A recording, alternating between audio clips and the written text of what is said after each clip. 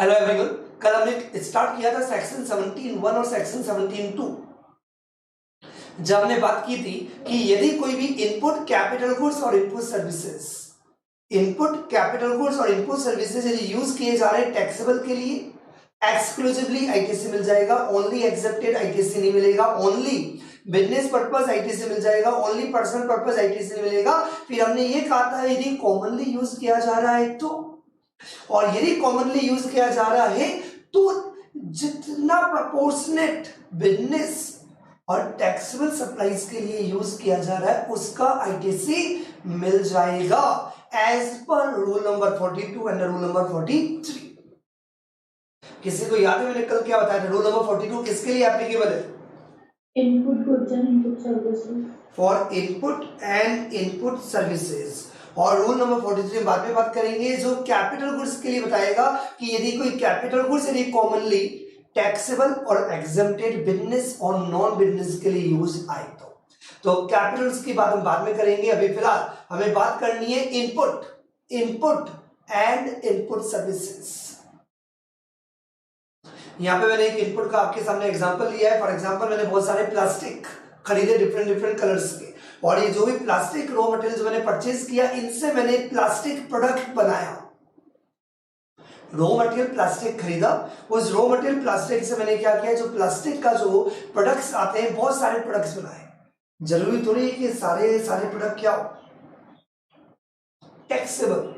तो मैंने क्या किया, ये रॉ मटेरियल मैंने परचेज किया, ये रॉ मटेरियल जो मैंने परचेज किया अपनी फैक्ट्री में रखा और इनसे मैंने क्या किया, ये प्रोडक्ट बनाया। यदि मैं मानूं कि ये जो प्रोडक्ट है ये ए और ये बी है, बी कैटेगरी, और बी कैटेगरी यदि एग्जेम्प्ट है और ए कैटेगरी यदि टैक्सेबल है तो क्या करूंगी सर? प्रपोर्शनेट करना पड़ेगा। क्या करना पड़ेगा? प्रपोर्शनेट करना पड़ेगा। कैसे करना पड़ेगा वही हमें समझना है, कैसे। तो रूल नंबर 42 डिटेल में तुम लोगों को प्रोविजन बताऊं, तुम लोगों को मेरी आदत तो पता ही, हम पढ़ते कहां, हम तो प्रोविजन बनाते हैं। तो ये जो रूल नंबर 42 जिसका मैक्सिमम सीए में सबको फोबिया है, इसको बहुत इजी बना देते हैं, बहुत सिंपल बना देते हैं। बड़ा मजा आने वाला है आज की क्लास में, क्योंकि आज की क्लास में ये जो रूल नंबर 42 जिसका सबको डर लगता है बिना मतलब, ये प्रोविजन अभी हम बना देंगे। देखो कैसे बनता है, आपको कुछ भी याद करने की जरूरत नहीं पड़ेगी। मजेदार बात।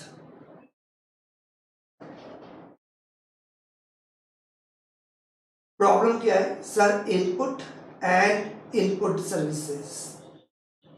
ठीक है सर, ये जो भी इनपुट सर्विसेज है, वैसे हो सकता है आपने कैपिटल गुड्स भी परचेज किया हो, एसी परचेज किया हो, फर्नीचर परचेज किया हो, लेकिन उसके बाद हम रूल नंबर 42 में नहीं करेंगे, रूल नंबर 43 में करेंगे। तो 43 में गया कैपिटल गुड्स, यहां पे किसकी बात करनी है? Input and input services. तो यदि इनपुट एंड इनपुट सर्विसेज यदि exclusively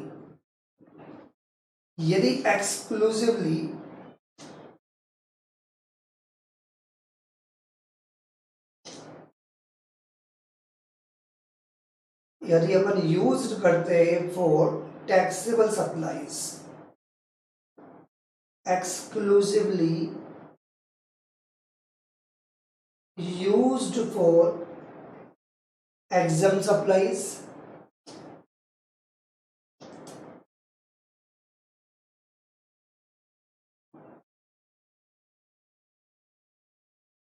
exclusively used for business purpose, exclusively used for non business purpose. NBP लिख दूं, समझ में आ जाएगा बेटा? एनबीपी मतलब नॉन बिजनेस पर्पस।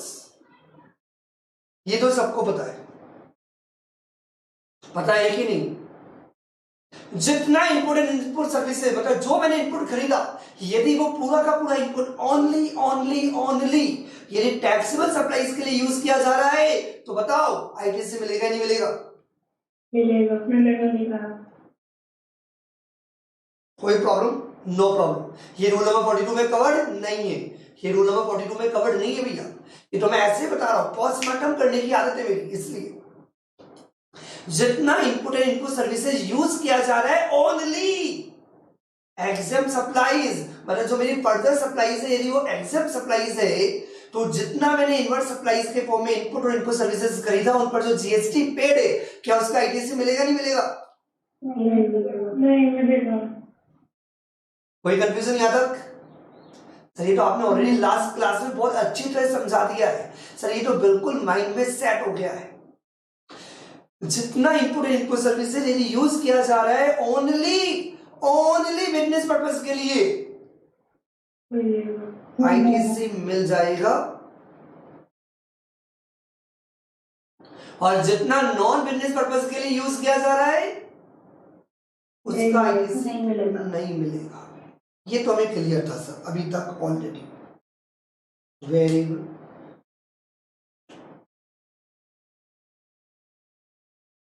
नाउ ये इनपुट एंड इनपुट सर्विसेज, ये इनपुट और input services used for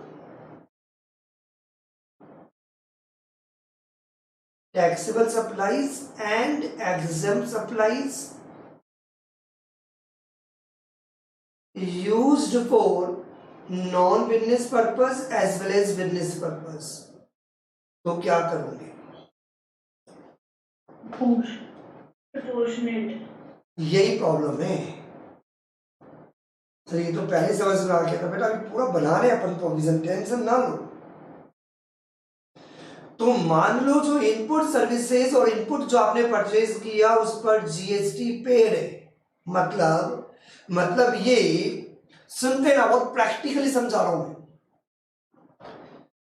July 2021 month, ठीक है, मैंने मंथ भी ले लिया, प्रॉपरली समझेंगे हम, विद फिगर समझेंगे। तो जुलाई 2021 में जो भी SSG A limited, B limited, C limited जो भी लेना है वो इतना इंपॉर्टेंट नहीं है। तो जुलाई 2021 में इनपुट और इनपुट सर्विसेज जो आपने अवेल की, जितनी भी इनपुट इनपुट सर्विसेज आपने खरीदी, कैसे पता चलेगा? इनवॉइस के साथ। इनवॉइस देखो इनके, तो जो भी इनपुट और इनपुट सर्विसेज जो भी आपने अवेल की ना जुलाई 2021 में, वो सब आपके इनवॉइसेस में मिल जाएगा। कहां मिल जाएगा बेटा? इनवॉइसेस। तो इन इनवॉइस के साथ पता चल गया कि टोटल जीएसटी पेड, क्योंकि नॉर्मली जैसे आज मैं अभी क्या करूंगा, अभी फॉर एग्जांपल मई 2021 चला है मान लो, तो मुझे अप्रैल का जीएसटी पे करना है, तो मैं क्या करूंगा, अप्रैल के अंदर जितने भी बिल आते हैं ना उन सारे बिल के जीएसटी लिख लेता हूं, वो मेरा जीएसटी मिल जाता है। वो यहाँ पे भी होगा। तो जुलाई 2021 के अंदर जितनी भी आपकी इनवॉइसेस है इनपुट और इनपुट सर्विसेज की, उन पर टोटल जीएसटी मान लो पेड है, that is rupees 1,50,000 rupees, 1.5 lakh रुपए का जीएसटी पेड मान लो, ठीक है, मान लिया, कोई प्रॉब्लम नहीं। इन इनपुट और इनपुट सर्विसेज में से जितना इनपुट और इनपुट सर्विसेज यूज किया मैंने, only taxable supplies,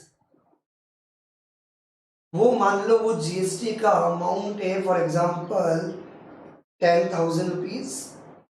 exempted supplies वाला जो जीएसटी पेड है इनपुट और इनपुट सर्विसेज पर फॉर एग्जांपल 20,000 रुपीज। जो एक्सक्लूसिवली बिजनेस होता है, बोलने के लिए बोलना पड़ता है, लेकिन ये बेसिकली यहाँ पे और इसमें कवर हो जाता है। ये इसको पॉइंट नंबर 1 बोले, इसको पॉइंट नंबर 2 बोले, पॉइंट नंबर 3 बोले, पॉइंट नंबर 4 बोले। तो पॉइंट नंबर 3 बेसिकली कहाँ कवर होगा बेटा? इनडायरेक्टली, क्योंकि जो भी आपकी सप्लाईज तो होती नहीं, तो जो भी आपने गुड्स खरीदा यदि वो बिजनेस के लिए यूज आ रहा है, तो बिजनेस में यूज आके क्या होगा, या तो टैक्सेबल सप्लाईज होगी या तो पॉइंट नंबर 3 बेसिकली कहा जाएगा पॉइंट नंबर 1 और 2 में कवर्ड हो जाता है। और पॉइंट नंबर 4, जितना आपने गुड्स खरीदा, जैसे मैंने 3 लैपटॉप खरीदे, मैंने 2 लैपटॉप तो क्या किया, मैं 2 लैपटॉप को तो पूरा का पूरा टैक्सेबल के लिए यूज कर लिया, और एक मैंने क्या किया, नॉन बिजनेस पर्पस के लिए यूज कर लिया। तो जो नॉन बिजनेस पर्पस के लिए यूज किया उस पर जो आईटीसी का जो अमाउंट है फॉर एग्जांपल 40,000 रुपीज है। कोई बताएगा रिमेनिंग आईटीसी कितना है? रिमेनिंग वापस से बोलो बेटा, रिमेनिंग आईटीसी का अमाउंट कितना होता है? 80,000। 80,000 कैसे आया? 130,000 150 में से हमने 10, 20 और 40 को माइनस किया तो कितना आया बेटा? सर 130 आए। क्या बेटा?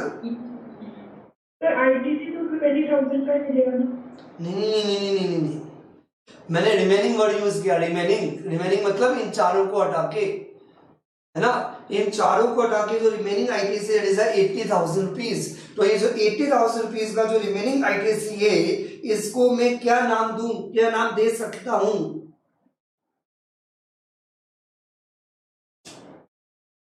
राइट हैंड साइड में देखो क्या लिखा हुआ बेटा। ऐसे इनपुट और इनपुट सर्विसेज जो यूज किए जा रहे हैं टैक्सेबल एंड एग्जेप्ट बोथ। ऐसे इनपुट और इनपुट सर्विसेज जो यूज किए जा रहे हैं फॉर नॉन बिजनेस और बिजनेस बोथ, तो उन पर जीएसटी पेड हमने कैलकुलेट कर लिया। मतलब डायरेक्टली ऐसे कैलकुलेट नहीं करते कि इन पर डायरेक्टली कितना होगा, हम कैसे लेते, टोटल कितना है, बोलो मेरे साथ, टोटल कितना है? तो टोटल 1.5 लाख रुपए का आईटीसी था। तो 1.5 लाख में से जिनका मिलना ही मिलना है या जिन पर नहीं मिलना हटा लो।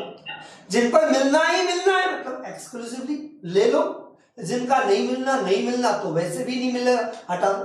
तो इन सबको हटाने के बाद जो आता है उसे हम क्या बोलते हैं? Common ITC. क्या बोलते हैं बेटा? Common ITC.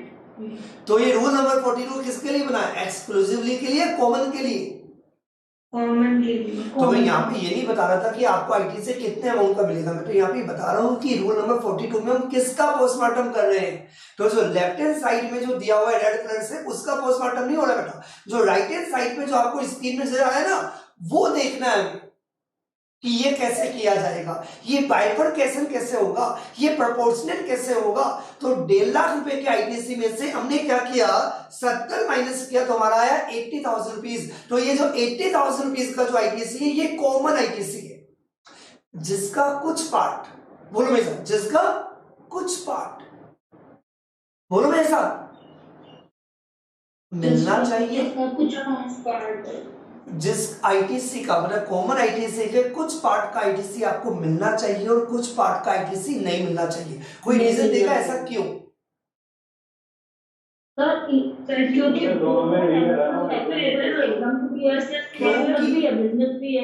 जितना प्रोपोर्शनेट टैक्सेबल के लिए यूज किया जा रहा है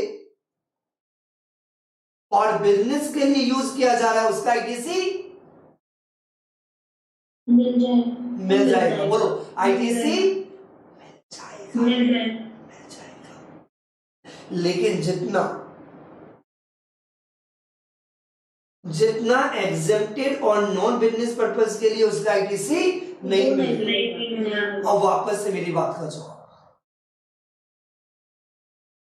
शांति से सुनना, दिमाग में कोई स्ट्रेस नहीं होना चाहिए। ये यहीं पे रूल नंबर 42 पूरा कंप्लीट करके जाऊंगा आज में। मुझे क्या देखना है कि मैं कितना आईटीसी लूं, या मैं ये देखूंगा कि मुझे कितने का आईटीसी नहीं मिलना चाहिए। कॉमन सेंस के आधार पे बोलना।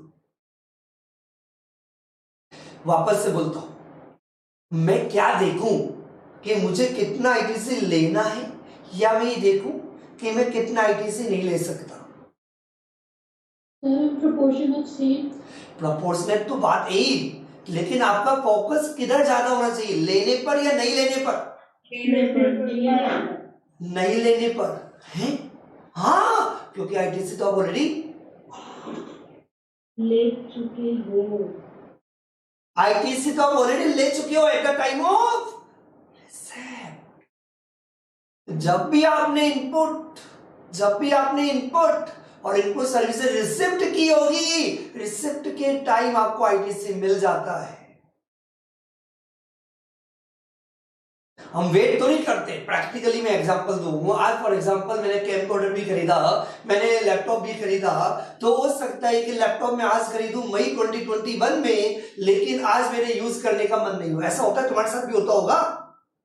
बहुत बार क्या करते हो, आप मार्केट जाते हो और मार्केट से आपने क्या किया, कोई भी जींस टॉपर या शर्ट या टी शर्ट परचेज की, आप लेके आ गए मई 2021 में। जरूरी थोड़ी है कि सेम आके ही पहनो, कोई करता है ऐसा?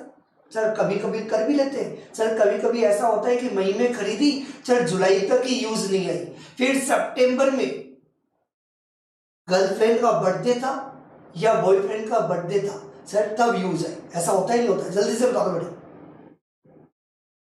Yes, sir. इसका मतलब आईटीसी तो आप ले लेते हो, आईटीसी तो आप ले लेते हो। कब?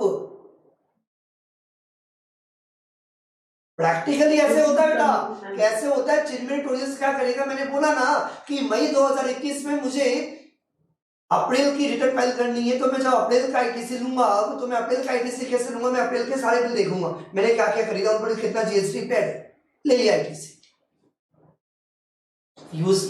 यूज अभी आ जाए या यूज कल आ जाए तो उतना वेट नहीं किया जाता, यूज आएगा ना, तभी तो हमने क्या बोला, यूज्ड इन द बिजनेस और intended to be used. Intended to be use मतलब यूज आने वाला ही है ना, ऑब्वियसली यूज आने के लिए खरीदा। आज यूज नहीं आया तो क्या हुआ, कल आ जाएगा ना। तो इसका मतलब ये हुआ कि रिसिप्ट के आधार पे, इनवॉइस के आधार पे मैं आईटीसी ले लेता हूं। तो इसका मतलब मैंने क्या किया, आईटीसी ले लिया होगा। तो बेसिकली आपको ज्यादा फोकस किस बात पर करना पड़ेगा कि एग्जेम्प्ट सप्लाईज, बोलो मेरे साथ, exempt supplies and non business purpose पे कितना इनपुट और इनपुट सर्विस यूज हुआ है, उसका आपको क्या करना पड़ेगा, बोलो। रिवर्स करना। रिवर्स। चलो सर, बात समझ में आ गई।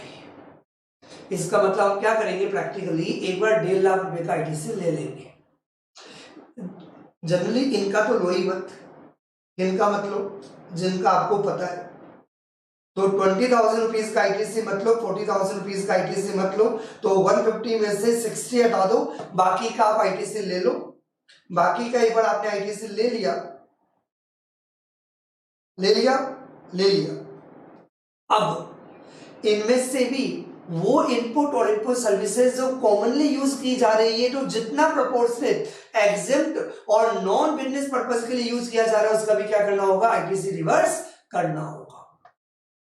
अब कैसे स्टूडेंट के दिमाग में बिल्कुल सही डाउट आ रहा है, सर ये बता दो कैसे, उसी के लिए तो रूल नंबर 42 बना हुआ है। किसी बच्चे के दिमाग में भी आ रहा होगा, सर क्या कर रहे हो।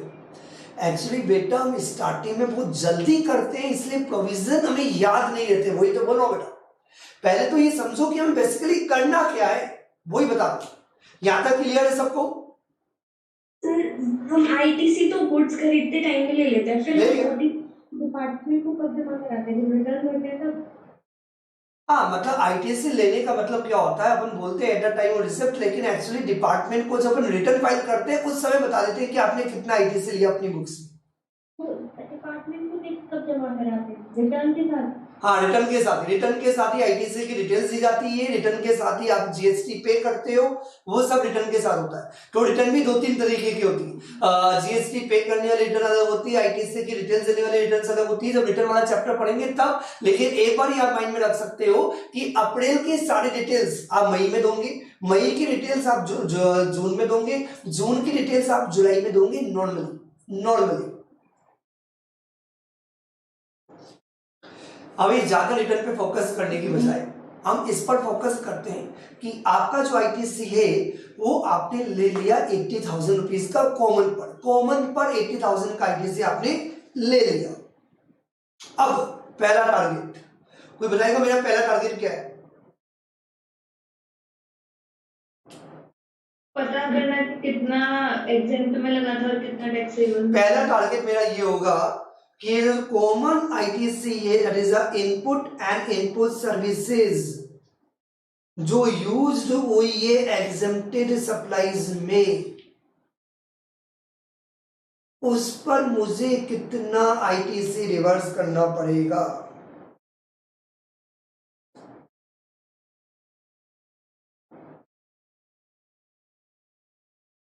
कितना आईटीसी रिवर्स करना पड़ेगा, कैसे करें देखते हैं। कुछ बनाए बेटा, बनाओ। यस, दिमाग में आ गया सर, बिल्कुल दिमाग में सही आ गया, बिल्कुल सही आ गया। समझो, यदि टैक्सेबल सप्लाईज का टर्नओवर फॉर एग्जांपल 1 करोड़ है, एग्जेम्प्ट सप्लाईज का टर्नओवर मतलब जितनी भी सप्लाईज है टैक्सेबल, एग्जेम्प्टेड, और ये जो भी आपकी एग्जेम्प्टेड सप्लाईज है, फॉर एग्जांपल कितनी है बेटा, ये आपकी फॉर एग्जांपल 50 लाख रुपीज है,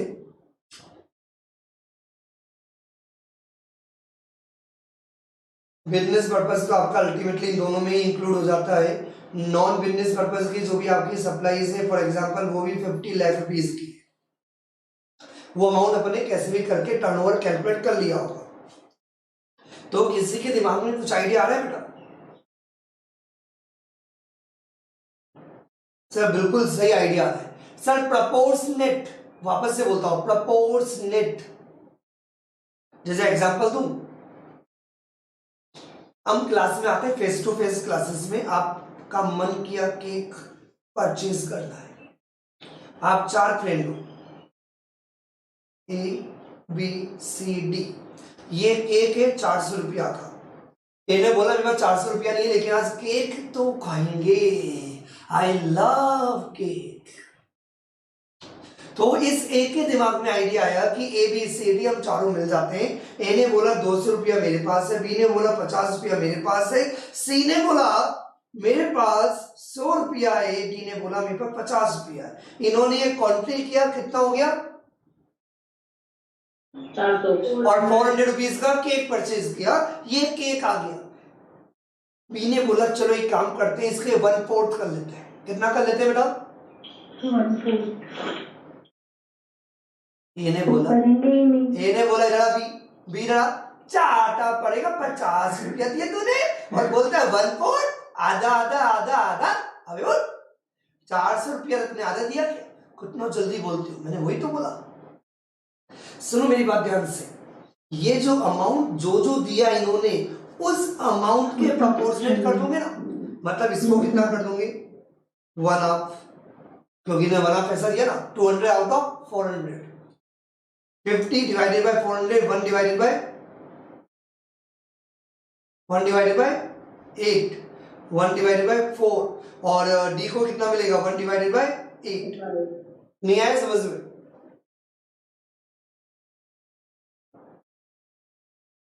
हेलो, बहुत सिंपल है सर, इसमें आने वाली क्या बात है सर? यही तो करे तू तेरा मैं मेरा,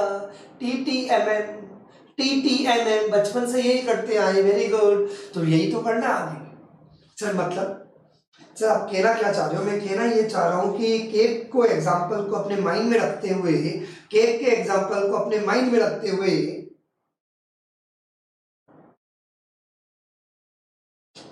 कोई बता सकता है कि क्या करेंगे? फॉर्मूला बता सकता है कोई? जल्दी से फटाफट एक बार ट्राई करो, गलती तो होगा, हो जाने दो। मैं पहले क्वेश्चन रिपीट कर देता हूँ फिर तुम बताना, है ना? कितना इनपुट और इनपुट सर्विसेज पर जो GST लगा उसका कितना ITC एग्जेम्प्टेड सप्लाईज के लिए यूज किया जा रहा है, ये मैं कैसे कैलकुलेट कर सकता हूँ? जो इन्फॉर्मेशन यहाँ पे दी है उसके आधार पे।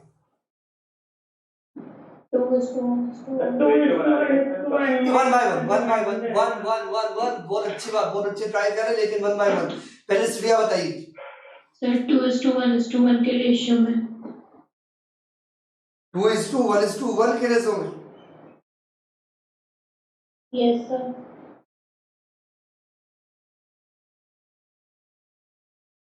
थोड़ा सा क्लियर बोलो, 2:1 ज्यादा मजा नहीं आया, थोड़ा सा स्पेसिफिक। श्रेया एक और चांस दे रहा हूं, पहले सही है।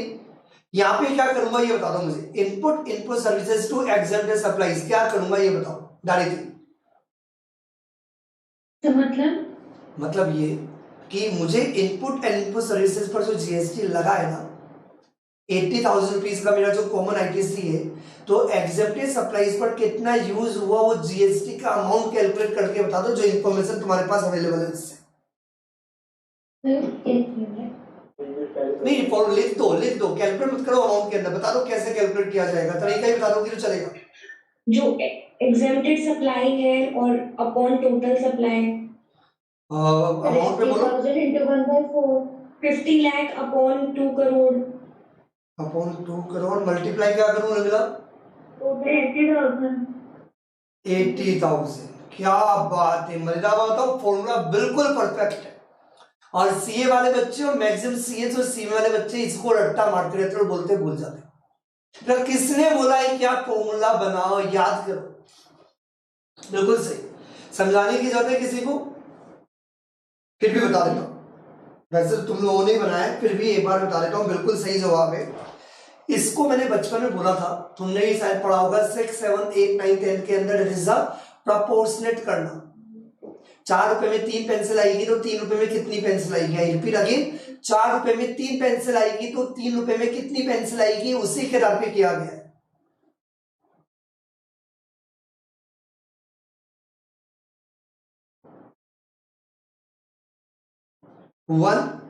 ये टोटल टर्नओवर कितना है? ये टोटल टर्नओवर 2 करोड़ का है, उस पर आईटीसी का अमाउंट 80,000 रुपीज का है। तो यदि एग्जेम्प्टेड सप्लाईज का टर्नओवर यदि 50 लाख का हो तो प्रोपोर्शनेट आईटीसी का अमाउंट कितना होगा? आया समझ में बेटा? 80,000 divided by 2 crore multiply with 50 lakhs। ये हो गया पॉइंट नंबर 1 का टारगेट। किसी को कोई कंफ्यूजन है पॉइंट नंबर 1 में तो पूछ सकता है। अब एक लास्ट टारगेट बाकी है, रोल नंबर 42 कंप्लीट हो जाएगा मैक्सिमम। सर दूसरा टारगेट क्या है? ये वाला तो सर हमने, हाँ बोलो बेटा।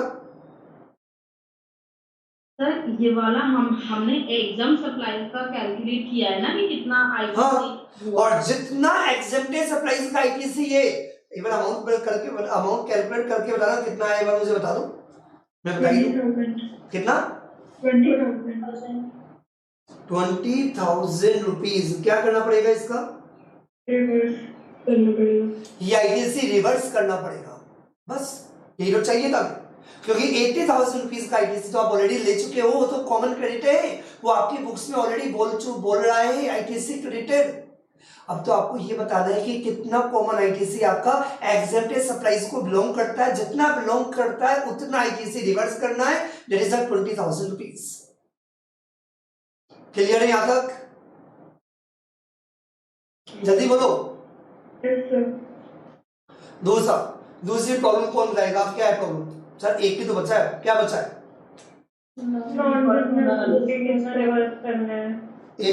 इनपुट सर्विसेज कॉमन कितना यूज किया जा रहा है फॉर नॉन बिजनेस पर्पस के लिए, उसका आपको क्या करना पड़ेगा? आईटीसी रिवर्स कैलकुलेट करना पड़ेगा। यहां तक क्लियर है बेटा सबको? Yes sir. Very good. अब एक बार रुक जाओ, जल्दी जा रहा हूं, फॉर्मेलिटी कर लेते। पॉइंट नंबर 2 को एक बार छोड़ देते, वो मैं याद कराऊंगा अभी। लेकिन एक बार जो मैंने बताया, हो सकता है कि किसी को लैंग्वेज में प्रॉब्लम हो, जल्दी से एक बार लैंग्वेज रीड कर लेते हैं। देखो हम रूल नंबर 42 कैसे बनाते हैं। रूल नंबर 42, और लोग बोलते हैं टैक्स बहुत डिफिकल्ट है, बोलो टैक्स सब्जेक्ट ही नहीं है तो डिफिकल्ट तो बहुत दूर की बात है। ये तो मजेदार चीज है, ये तो फन है, ये तो एंटरटेनमेंट है, ये तो लॉजिकल है, ये तो मस्ती है, right? Input tax credit in respect of input और इनपुट सर्विसेज, राइट बेटा? और यदि ये इनपुट और इनपुट सर्विसेज यूज किया जा रहा है for business purpose, for non business purpose, और taxable supplies including zero rated supplies as well as for exempted supplies, तो यदि कोई भी इनपुट और इनपुट सर्विसेज यदि कॉमनली यूज किया जा रहा है, यदि कॉमनली यूज किया जा रहा है तो क्या करूंगे? तो that shall be attributed to the purposes of business or for effective taxable supplies including zero rated supplies in the following manner. कैसे? ऐसे। स्टेप नंबर 1, ये सारी स्टेप पता आपको कैसे याद करनी है? ऐसे याद करनी है। सबसे पहले हमने क्या कैलकुलेट किया था? कोई बताएगा क्या कैलकुलेट किया था? ITC remaining common ITC. Point number 1 मैंने बहुत बार पॉइंट नंबर 1 लिख दिया, तो एक भी समझ में आ जाएगा ये पॉइंट नंबर 1 है। सबसे पहले आपको कॉमन आईटीसी कैलकुलेट करना है, तो ये एग्जांपल देख लेना, अभी फॉर्मूला आपका बन जाएगा। फॉर्मूला बना लो फटाफट। Step number 1, compute common credit. Compute common credit, common credit calculate करना है। सर कैसे कैलकुलेट किया जाएगा?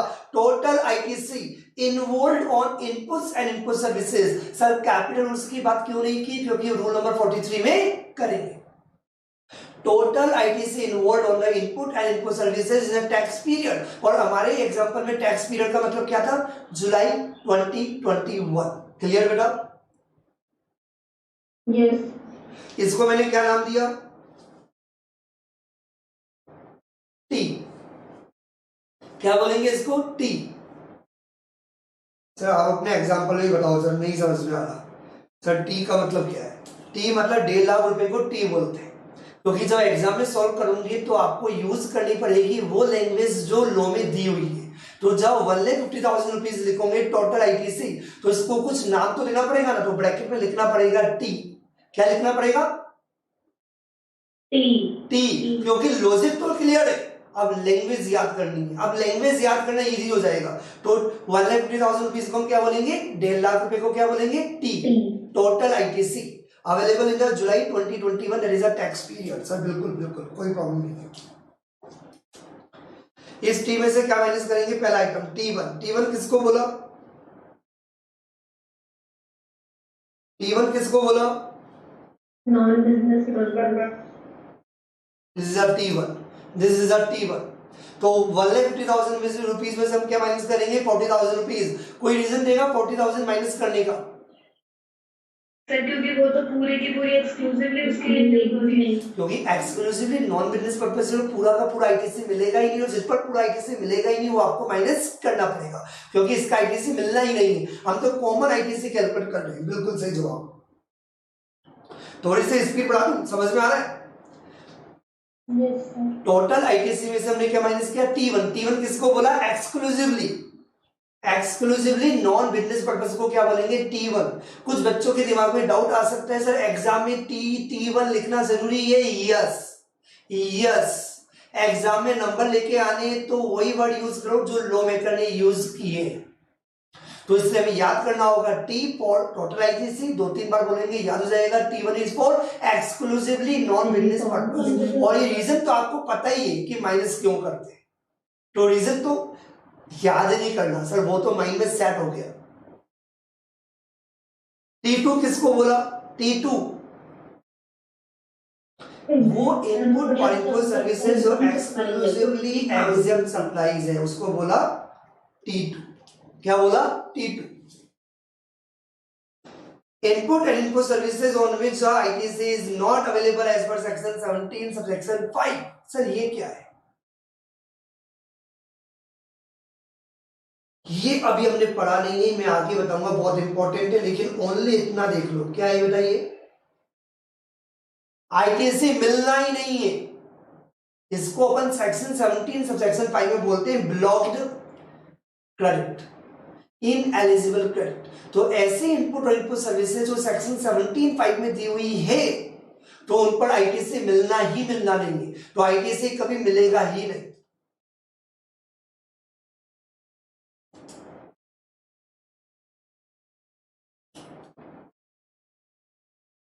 तो ये हो गया T1। T2 किसको बोला बेटा, सर ये जो 20,000 एक्सक्लूसिवली एग्जाम्प्ट, ये T2 हुआ। एक पॉइंट आप और ऐड कर सकते हो जो मैंने लिखा नहीं था, दैट इज सेक्शन 17 सबसेक्शन 5 जिन पर आईटीसी मिलना ही नहीं है, जिन पर आईटीसी मिलना ही नहीं है। तो जिन पर आईटीसी मिलना ही नहीं है, मिलना ही नहीं है, लॉजिक है ना, जिन पर आईटीसी मिलना ही नहीं है, कभी भी मना कर दिया हमने, मना कर दिया, बस नहीं देना तो नहीं देना, मेरी मर्जी, मेरी मर्जी हो तो मेरी मर्जी। कभी कभी जिद होती है ना पापा को, नहीं करना, कोई रीजन नहीं, नहीं करना, बस मेरी मर्जी, पापा हूं, जिद तो होगी। तो हर बार रीजन नहीं होता, गवर्नमेंट की मर्जी भी होती है। तो सेक्शन 17 सबसेक्शन 5 पढ़ेंगे जो बहुत इंपॉर्टेंट है, जो है ब्लॉक्ड इनएलिजिबल, मतलब इन इनपुट सर्विसेज पर नहीं देना, मतलब नहीं देना आईटीसी। चाहे बिजनेस के लिए यूज करो कोई फर्क नहीं पड़ता, टैक्सेबल सप्लाईज हो कोई फर्क नहीं पड़ता, बोल दिया नहीं देना, नहीं देना, नहीं देना ITC. That is section 17 subsection 5। इसका आईटीसी भी आपको माइनस करना पड़ेगा।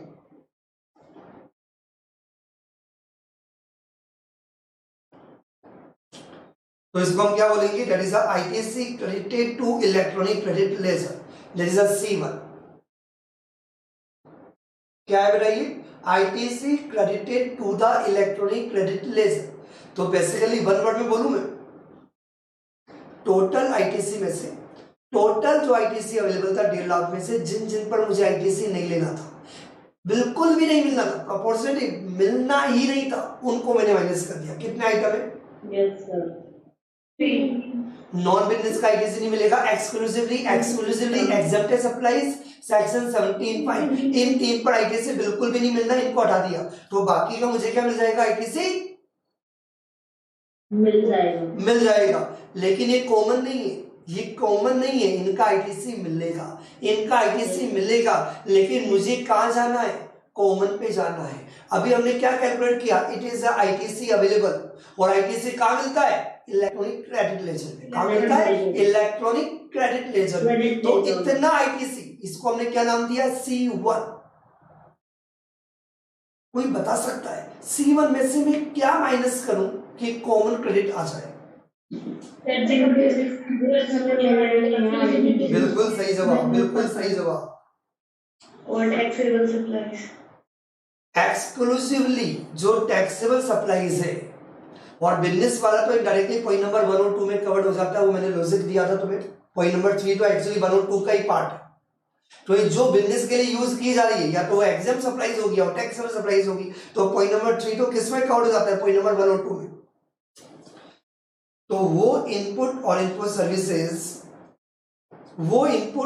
सर्विसेज जो यूज की जा रही है एक्सक्लूसिवली टैक्सेबल सप्लाईज, इन पर तो आईटीसी मिलना ही मिलना है। तो जिस पर आईटीसी मिलना ही मिलना है, उसको क्या कर दिया आपने? माइनस कर दिया, और इसको हमने नाम दे दिया रिजर्व T4।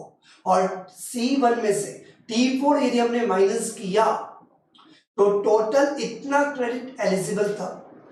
उस एलिजिबल क्रेडिट में से, दिस इज एलिजिबल आईटीसी, ये एलिजिबल आईटीसी, इस एलिजिबल में से जो 100% एलिजिबल है, that is T4 exclusively taxable supplies, उसे माइनस करने के बाद जो अमाउंट आएगा उसे हम बोलेंगे that is common ITC available for apportionment, और इसको नेम दिया जाएगा C2। क्या नेम दिया जाएगा? C2। और हमारे एग्जांपल में C2 कितना है बेटा? 80,000। हमारे एग्जांपल में C2 क्या है? 80,000 रुपीज। ये 80,000 निकालने का तरीका मैंने लॉजिकली बता दिया, और जो रूल नंबर 42 में दिया हुआ है वो भी आपको बता दिया। कैसे कैलकुलेट किया जाएगा? तरीका T निकालना पड़ेगा। T मतलब टोटल आईटीसी इज 1,50,000 रुपीज। इस 1,50,000 रुपीज में जिन पर आईटीसी नहीं मिलेगा, बिल्कुल ही नहीं मिलना, उनको माइनस कर दिया। कौन कौन से 3 आइटम है बेटा? Non business purpose exclusively exam supplies,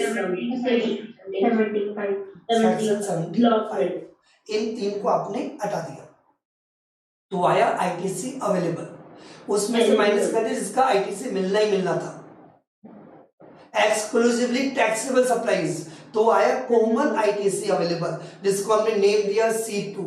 तो C2 हमारे पास कितना है? 80,000 रुपीज। C2 कितना है? 80,000 रुपीज। यहां तक clear? Yes sir.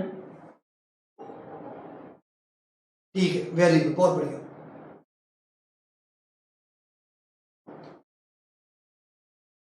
Now step number 2 भी तुम्हें पता है, मैं फॉर्मेलिटी के लिए बता रहा हूं। Input tax credit attributable towards exempted supplies, अभी तुमने किया था। कोई स्टूडेंट तो फॉर्मूला बना भी रही थी, बिल्कुल सही फॉर्मूला बनाया था। किसने ट्राई किया था? सर उर्मिला, तुमने ट्राई किया था फॉर्मूले का? हाँ, ये फॉर्मूला बना के बताओ कैसे बनाओगी? सर जो एग्जम्प्टेड सप्लाई करे उसकी वैल्यू ऑफ एग्जाम सप्लाईज तुम बोलती जो मैं लिखता रहता हूँ, divided by total supply, total turnover, total values, total turnover, जो भी आप बोलो, total supplies multiply with C2। बहुत बढ़िया, क्या बात है, वी आर जीनियस। इतिहास के सुनहरे पन्नों में हमारा नाम लिखा जाए, क्या बात है। किसने बोल दिया कि रूल नंबर 42 टफ है? ठीक है। ITC attributable towards the exempt supplies be denoted as D1। आपको सिर्फ जो याद करना पड़ेगा ना, वो ये याद करना पड़ेगा, इनको बोलना क्या है, क्या बोलना है इसको? D1 बोलो मेरे साथ, क्या बोलना है इसको? D1 मतलब जितना इनपुट सर्विसेज कॉमनली यूज की जा रही है एग्जेम्प्टेड सप्लाईज में, वो जो प्रोपोर्शन है एग्जेम्प्टेड सप्लाईज का इनपुट टैक्स का, उसको हम बोलेंगे D1। और ये हमें क्या करना होगा, रिवर्स करना पड़ेगा। क्या करना पड़ेगा, पे करना पड़ेगा, क्योंकि ये एग्जेम्प्ट सप्लाईज के लिए यूज किया जा रहा है इसलिए, क्योंकि आईटीसी तो आप ऑलरेडी ले चुके हो 80,000 रुपीज का। Input tax credit attributable towards the exempt supplies denoted as D1 is calculated as D1 is equal to E।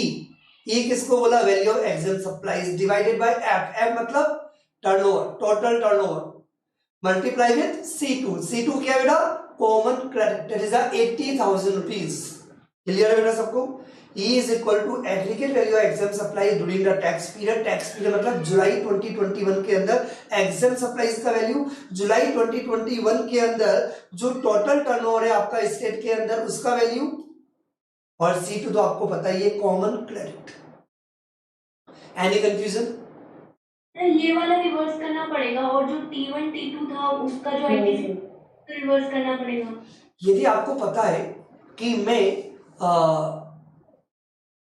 Pencil खरीद रहा हूं और ये पेंसिल यूज की जाएगी for the purpose of x और एक्स एग्जेप्टेड ही, तो फिर तो आईटीसी लो ही मत ना, आईटीसी मिला ही नहीं था। हाँ इसका आईटीसी लेना ही नहीं, तभी तो एक यूनिट आ जाओ यहाँ पे। एक बार C1 पढ़ना, C1 में क्या लिखा हुआ है,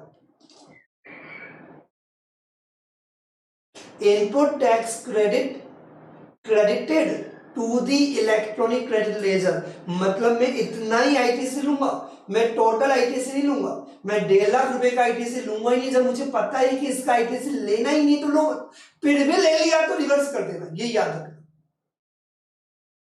मतलब जो आईटीसी आपके बुक्स के अंदर जो क्रेडिट बोलेगा वो C1 बोलेगा एक बार, क्योंकि एक्सक्लूसिवली नॉन बिजनेस का आईटीसी मत लो, एक्सक्लूसिवली ओनली एग्जेम्प्ट सप्लाईज है उसका भी आईटीसी मत लो, जो सेक्शन 17(5) है उसका भी आईटीसी मत लो। तो आपने ITC credited to electronic credit ledger, that is C1, इतना आईटीसी आपने ले लिया, लिखा हुआ भी वर्ड क्रेडिटेड, तो इतना आईटीसी ले लिया भैया आपने। क्लियर है यहां तक?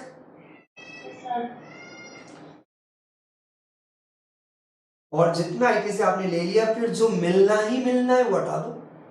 मतलब T4 माइनस करने का रीजन ये नहीं है कि इसका आईटीसी मिलेगा नहीं, T4 का माइनस करने का रीजन ये है कि इसका तो आईटीसी मिलना है तो हटा। तो जो रिमेनिंग आया वो आया आपका C2, that is a common credit. और इस कॉमन क्रेडिट के आधार पे हमने क्या किया, ये वाला फॉर्मूला हमने अप्लाई करके कैलकुलेट किया। यहां तक क्लियर है बेटा? उर्मिला कोई डाउट है तुम्हें?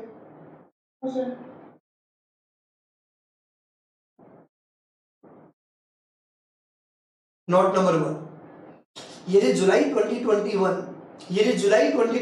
के यदि आप फिगर्स कैलकुलेट कर रहे हो और फिगर कैलकुलेट करते टाइम मेरी कोई वैल्यू अवेलेबल नहीं है, तो जुलाई का यदि वैल्यू अवेलेबल नहीं हो तो आप एक काम करना, जुलाई से पहले वाला मंथ, जुलाई से पहले वाला कौन सा मंथ आता है, जून, where the registered person does not have any turnover during the said tax period or the aforesaid information is not available, the value of E divided by F shall be calculated by taking the values of E and F of the last tax period। कौन सा period बेटा, जुलाई से पहले जून, तो last tax period for which the details of such turnover are available previous to the month जिसकी value आप determine कर रहे हो। कौन से मंथ की वैल्यू निकल रहे हो, यदि आप जुलाई की यदि वैल्यू कैलकुलेट कर रहे हो तो उसके पहले वाला मंथ दैट इज जून का वैल्यू अवेलेबल है, तो जून की वैल्यू को आप E डिवाइडेड बाय F कर सकते हो। ये नोट नंबर 1 इतना यूज नहीं आता है, फिर भी यहाँ एक बार रीड कर लो।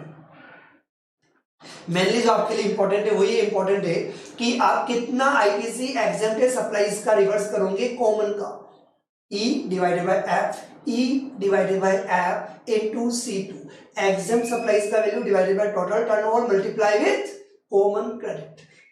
Yes, आ जाओ वापस से। ये जो मैंने समझाया था उसका रिवीजन करा दिया, जो लो में दिया हुआ है प्रॉपर्ली। अभी हम वापस से आ जाते हैं जहां पे हम थे। पॉइंट नंबर 2 हमें रिवर्स करना था। वापस से तुम भूल गए होंगे, वैसे तो भूले नहीं होंगे सर, अभी तो दिखाया ना आपने। किसका आईटीसी रिवर्स कर रहे हैं, बेटा जल्दी से बताओ। नॉन बिजनेस पर्पस कितना इनपुट और इनपुट सर्विसेज कॉमनली यूज किया जाएगा फॉर नॉन बिजनेस पर्पस।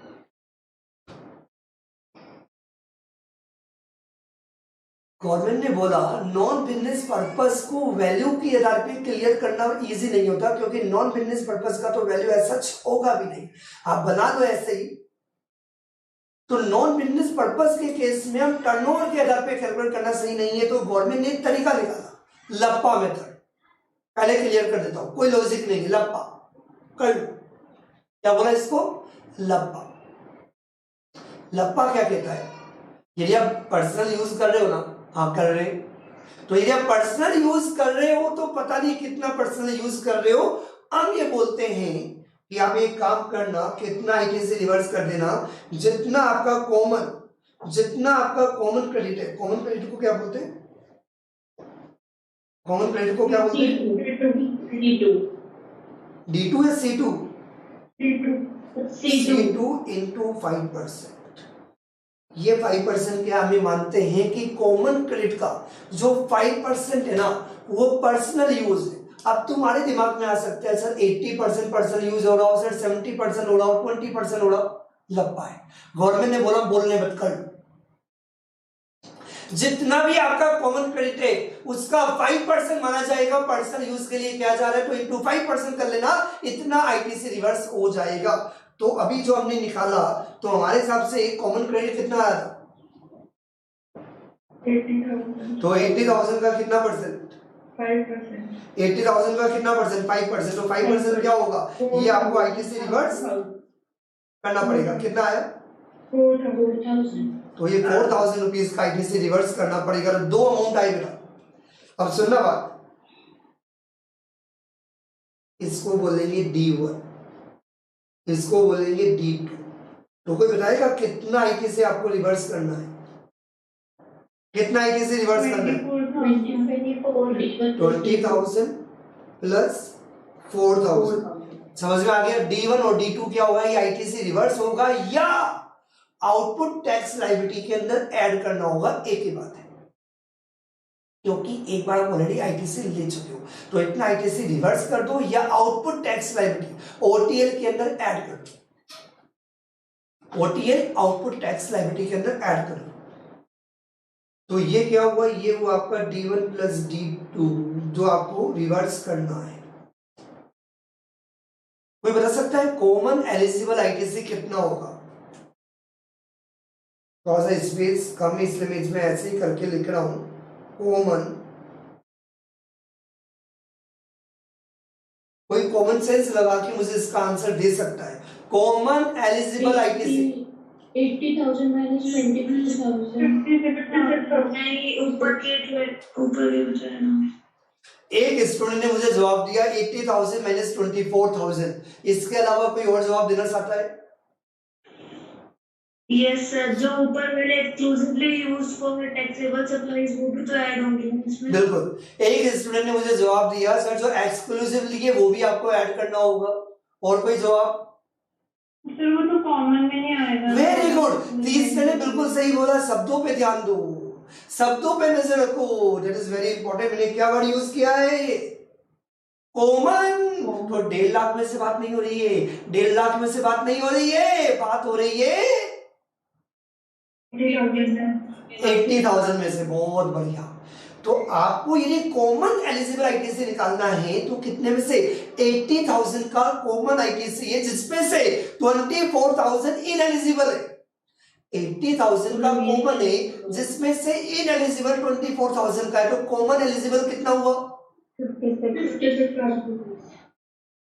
ये जो मैंने यहाँ पे कैलकुलेट किया ना बेटा, इसका फॉर्मूला देख, वैसे तो आपको समझ में आ गया है। Step number 3, ITC attributable towards non business supplies. मतलब प्रोपोर्शनेटली वाला, कुछ पार्ट नॉन बिजनेस है और कुछ पार्ट बिजनेस है, तो जितना पार्ट नॉन बिजनेस पर्पस के लिए यूज किया जा रहा है तो प्रोपोर्शनेट नहीं करेंगे, 5% मान लेंगे। तो मींस इसको हम क्या नाम देते हैं, मैंने बताया इसको D2 बोलते हैं। क्या बोलते हैं बेटा? D2 is equal to C2 का 5%। C2 का कितना परसेंट? 5%। ये फिक्स्ड है क्या? बिल्कुल फिक्स्ड है, बिल्कुल फिक्स्ड है। हमेशा 5% ही करना पड़ेगा पर्सनल यूज के लिए। पर्सनल यूज के लिए मतलब कितना करना पड़ेगा? 5% ही करना पड़ेगा। Step number 4, compute eligible common ITC. जल्दी से फॉर्मूला बता दो और इसको नाम देंगे C3। क्या नाम देंगे? C3। तो C3 का कोई फॉर्मूला बताएगा? D2 माइनस कर दो। Yes, common eligible common ITC that is C3 is equal to C2 common ITC. Common ITC में से जिसका आईटीसी नहीं मिलेगा D1 D2 को माइनस कर लो तो आ जाएगा C3 that is common eligible ITC. Sir बिल्कुल सही जवाब। और ये आपको अलग अलग करना पड़ेगा, मतलब ये जो अपन ने करे ना बेटा calculate T1 T2 T3 T4 और C1 C2 C3 ये हमें अलग अलग निकालना पड़ेगा। मतलब अलग अलग मतलब CGST का अलग, SGST का अलग, IGST का अलग, UTGST का अलग, क्योंकि GST करके कोई टैक्स होता ही नहीं है। आज बोलो मुझे GST पे करना है, मैं गवर्नमेंट को GST थोड़ी पे करता हूँ, मैं गवर्नमेंट को CGST SGST पे करता हूँ, CGST UTGST पे करता हूँ या IGST पे करता हूँ। तो इसका मतलब ये कि हम बोलने में बहुत बार GST बोल देते हैं, लेकिन जब क्वेश्चन सॉल्व करेंगे तो हम क्या करेंगे, याद रखेंगे C S U और I का अलग अलग कॉलम बनेगा और सबके लिए करना तो यही पड़ेगा। मेरी बात समझ में आ गई बेटा? मतलब ये कि जो स्टेप्स आपने फॉलो की ना कि कॉमन आईटीसी कितना होगा, C2 कितना होगा, कॉमन एलिजिबल आईटीसी कितना होगा, कॉमन इनएलिजिबल आईटीसी क्या होगा, ये हर टैक्स के लिए अलग अलग होगा। C के लिए अलग, S के लिए अलग, I के लिए अलग। कॉमन GST नहीं करेंगे, अलग अलग करके करेंगे। समझ में आ गया बेटा? Step number 5, common ineligible ITC कैसे कैलकुलेट करेंगे बेटा? D1 और D2 को ऐड कर दो। समझ में आ गया बेटा? तो D1 प्लस D2 को ऐड कर दो। ठीक है, यहां तक कोई डाउट है किसी को तो पूछ सकता है।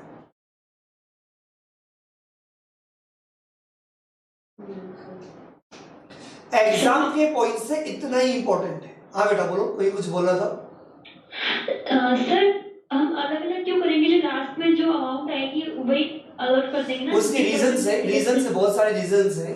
सी अलग करना पड़ता है क्योंकि सी सेंट्रल गवर्नमेंट को मिलता है और एस स्टेट गवर्नमेंट को मिलता है। यदि आप राजस्थान के बच्चे हो तो अभी राजस्थान में क्या हो रहा है, हमें भी फ्री मिले, सेंट्रल क्यों दे देती है? सेंट्रल स्टेट की बनती है क्या?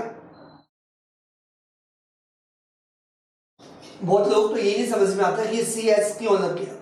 मैं भी ऐसे ही सुन रहा था कोई, तो उसमें समझ में आया राहुल गांधी कोई बोला था कांग्रेस वाला, गवर्नमेंट बीजेपी वाले बिल्कुल पागल है, इतने सारे जीएसटी लेके आ रहे। तो जीएसटी एक ही है, मजबूरी है। ये इंडियन कॉन्स्टिट्यूशन की वजह से हो रहा है, हमारी वजह से नहीं। हम तो जीएसटी एक ही लेके आते, लेकिन मजबूरी में अलग अलग करना पड़ा। रीजन, स्टेट है तो स्टेट जीएसटी बोल दो, यूनियन टेरिटरी तो यूनियन टेरिटरी जीएसटी बोल दो। लेकिन जो भी जीएसटी लोगे, जैसे कि मैं एग्जांपल लेता हूं प्रैक्टिकल, मैंने एक स्टूडेंट को पढ़ाया, मैंने स्टूडेंट्स को पढ़ाया है ना, और स्टूडेंट को पढ़ा के फॉर एग्जांपल मैंने 4,000 रुपए का जीएसटी लिया। कितने का जीएसटी लिया बेटा? कितने का जीएसटी लिया स्टूडेंट से? 4,000। हमें 4,000 का जो जीएसटी, जब जीएसटी कॉमन पोर्टल पे पे करने जाऊंगा ना मैं, तो मुझे क्या करना पड़ेगा? 2,000 का सीजीएसटी गवर्नमेंट को पे करना पड़ेगा। कौन से गवर्नमेंट को? और 2,000 रुपए का मुझे जीएसटी पे करना पड़ेगा राजस्थान जीएसटी पे करना पड़ेगा, राजस्थान गवर्नमेंट को पे करना पड़ेगा, राजस्थान स्टेट गवर्नमेंट को पे करना पड़ेगा। इसलिए मैं जब भी कैलकुलेशन करता हूं, जैसे मैं जब जीएसटी हम पे करते हैं, आईटीसी हम लेते हैं, तो हम जीएसटी नहीं लेते। और यदि आपके पास कभी आपने कपड़े खरीदे होंगे, जूते खरीदे होंगे, मोबाइल खरीदा होगा, तो उसमें आपने देखा होगा बिल में कभी भी जीएसटी नहीं लिखा हुआ था। बता रहा हूं मैं, जीएसटी, एसजीएसटी, सीजीएसटी, एसजीएसटी, ये एस की जगह यूटी भी हो सकता है। और यदि इंटर स्टेट पे आपने लिया होगा तो आईजीएसटी लगा हुआ है, जीएसटी नहीं होता। इसीलिए तो ये इतनी समझने वाली चीज नहीं है। जैसे हम प्रैक्टिकल अभी क्वेश्चंस पे आएंगे थोड़े दिन बाद, 3-4 दिन बाद, तो ये तो आपके माइंड में बिल्कुल सेट हो जाएगा। ये तो आपको अलग अलग करना पड़ेगा, सी अलग, एस अलग, क्योंकि गवर्नमेंट ही अलग है। एस की गवर्नमेंट अलग है, स्टेट की गवर्नमेंट अलग है। इनमें जितनी बनती है उतना ही आपस में हो सकता है प्यार, क्योंकि लड़ते भी तो है ना बहुत ज्यादा, कुत्ते बिल्लियों की तरह। और कभी कभी प्यार भी कर लेते। क्यों प्यार कर लेते? क्योंकि ये तो इंडिया ही ना। ठीक है, अभी और बात नहीं करेंगे इस बारे में। सर ये तो रीजन क्लियर हो गया कि आपको अलग अलग करना पड़ेगा। मतलब कैसे, मैं एक बार और बता देता हूं। एस सीजीएसटी का एक कॉलम बन जाएगा, एजीएसटी का कॉलम बन जाएगा, यूटी तो आएगा नहीं, क्योंकि जहां स्टेट होता है वहां पे यूनियन टेरिटरी आता नहीं है। या आईजीएसटी, जो तीन ही कॉलम बनेंगे, या तो स्टेट जीएसटी का बनेगा या यूटी जीएसटी का बनेगा। आईजीएसटी और सीजीएसटी, एचजीएसटी एक ही क्वेश्चन में ऐसा हो सकता है कि मैं 3 सप्लाई करता हूं। एक सप्लाई इंटर है तो एक सप्लाई इंटर है तो आईजीएसटी, और 2 सप्लाई इंट्रा है तो सीजीएसटी, एचजीएसटी। समझ में आ गई बात?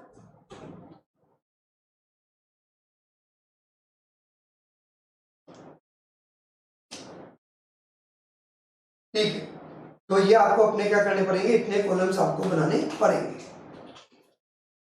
Now we come to the final calculation. Sir ये क्या था? अभी कौन सा मंथ चल रहा था जो मैंने एग्जांपल दिया था उसके हिसाब से बेटा? जुलाई।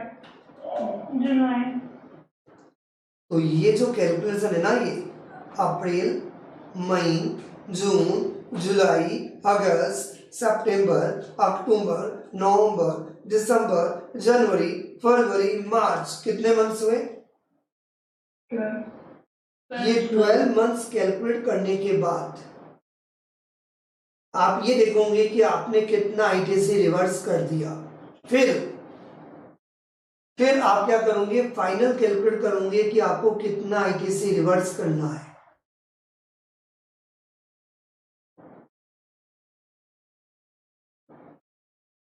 क्योंकि हो सकता है कि ये अमाउंट ऊपर नीचे भी आपका हो टर्नओवर का, तो अगेन आपको पूरे ईयर का डेटा लेके आपको वापस से कैलकुलेट करना पड़ेगा। क्या बेटा? पूरे ईयर का डेटा लेके आपको ये अमाउंट वापस से क्या करना पड़ेगा, रिकैलकुलेट करना पड़ेगा।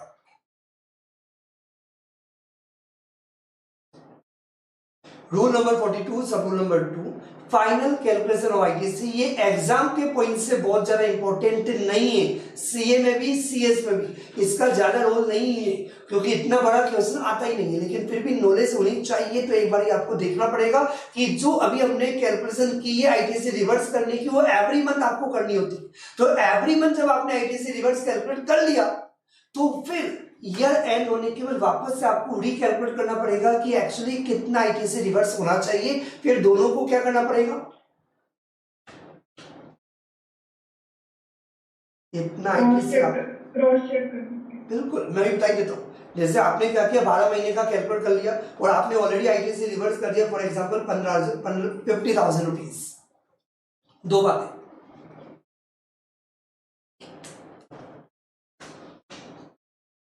बातें, क्या होगी? कोई बता सकता है दो बातें क्या होगी?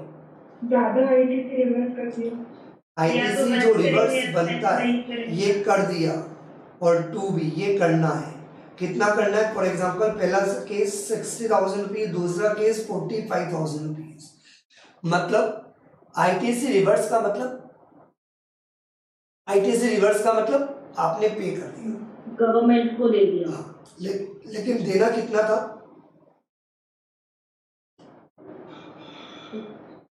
50,000 रुपीज आपने गवर्नमेंट को पे कर दिया, इतना आईटीसी आपने रिवर्स कर दिया। रिवर्स मतलब इतना पे कर दिया, लेकिन आपको कितना पे करना था? 60,000 रुपीज का, जो पूरे ईयर एंड होने के बाद हमने कैलकुलेट किया तो पता चला कि 60,000 पे करना था, लेकिन 50,000 ही आपने पे किया। तो आपने कम पे किया, ज्यादा पे किया?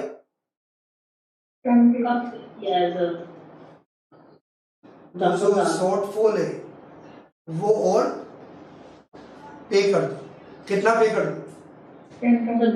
10,000 रुपीज और पे कर दो इंटरेस्ट के साथ। इंटरेस्ट के साथ 10,000 और पे कर दो। इंटरेस्ट वाला पॉइंट अभी बताऊंगा मैं। यदि 50,000 रुपीज आपने ऑलरेडी पे कर दिया,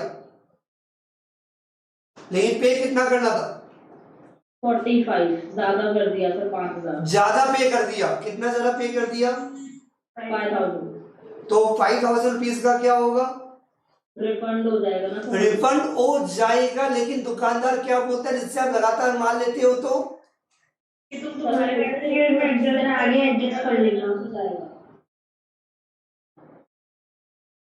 नहीं आया समझ में? मतलब 5,000 रुपीज आपने ज्यादा पे कर दिया, इसका रिफंड मत लो, इसका एडजस्ट हो जाएगा। एडजस्ट हो जाएगा, आईटीसी मिल जाएगा। आईटीसी के फॉर्म के अंदर नेक्स्ट मंथ के अंदर 5,000 रुपीज का कम टैक्स पे कर देना। ठीक है, अब जल्दी से आ जाओ। फाइनल कैलकुलेशन ऑफ आईटीसी मतलब ये कि जब आपका ईयर एंड होगा, जैसे अभी हमने एग्जांपल लिया कि 2021 और 2022, क्योंकि जुलाई 2021 में लिया ना एग्जांपल, तो यदि मेरा मंथ जुलाई 2021 है जो मैंने अभी लिया, तो ऐसा 12 महीने करोगे, अप्रैल 21 से लेके मार्च 2022 तक।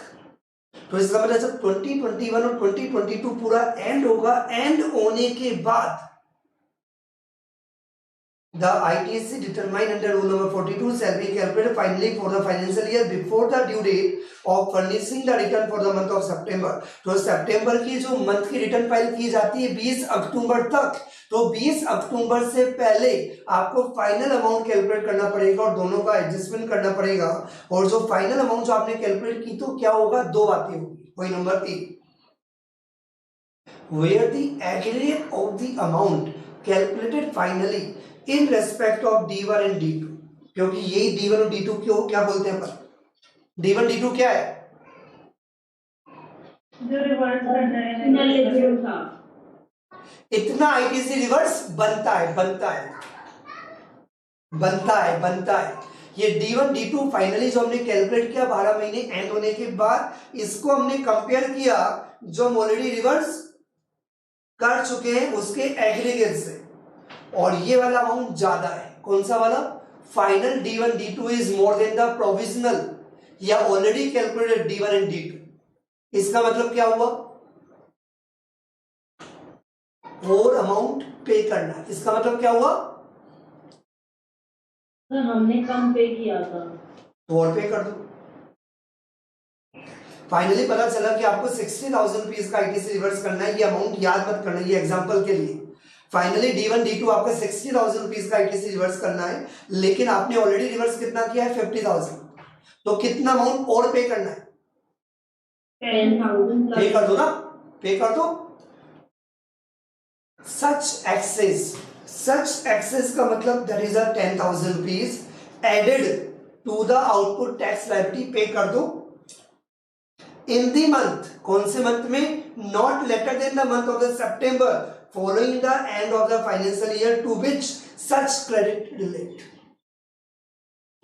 जुलाई 2021 का मतलब कौन सा फाइनेंशियल ईयर हुआ? 21-22 फाइनेंशियल ईयर 21-22 एंड होने के बाद जो सितंबर है ना, तो सितंबर के मंथ में अंदर आपको क्या करना पड़ेगा? ऐड करना पड़ेगा। और ये पर्सन क्या करेगा? इंटरेस्ट पे करने के लिए भी लायबल होगा। कितना? 18% पर एनम। सर कब से? कब से? पूरे फाइनेंशियल ईयर एंड होने के बाद 1 अप्रैल। जब आपने कैलकुलेट किया तब से नहीं, तुम तो लेट कैलकुलेट कर लोगे। उससे क्या होता है? तो जैसे ये फाइनेंशियल ईयर एंड हुआ 1 अप्रैल 2022 से 1 अप्रैल 2022, that is the 1 April of the succeeding financial year से कब तक? जब तक ये अमाउंट तुम पे नहीं कर देते, जब तक ये अमाउंट तुम पे नहीं कर देते, उतने टाइम पीरियड का 18% से आपको क्या करना पड़ेगा? इंटरेस्ट भी देना पड़ेगा। मतलब ये कि 10,000 भी देना पड़ेगा और 10,000 के ऊपर 18% भी इंटरेस्ट पे करना पड़ेगा। बहुत डिटेल में मत जानना, इतना ज्यादा इंपॉर्टेंट नहीं है, पर एक बार रीड तो करो क्योंकि आना सब चाहिए। पॉइंट नंबर बी क्या कहता है? इसका अपोजिट मतलब where the aggregate of the amount determine under the sub rule 1 in the respect of D1 and D2, मतलब D1 और D2 के अंदर जितना अमाउंट आप ऑलरेडी पे कर चुके हो is more then the finally amount. मतलब D1 एंड D2 का जो फाइनली अमाउंट आता है इसका मतलब ये हुआ कि आप 50,000 रुपीज का ऑलरेडी ITC रिवर्स कर चुके हो D1 D2 में, और जो फाइनली अमाउंट जो आ रहा है पे करने के लिए आ रहा है 45,000 रुपीज। तो क्या होगा बेटा, एडजस्ट हो जाएगा। तो ये जो एक्सेस अमाउंट है,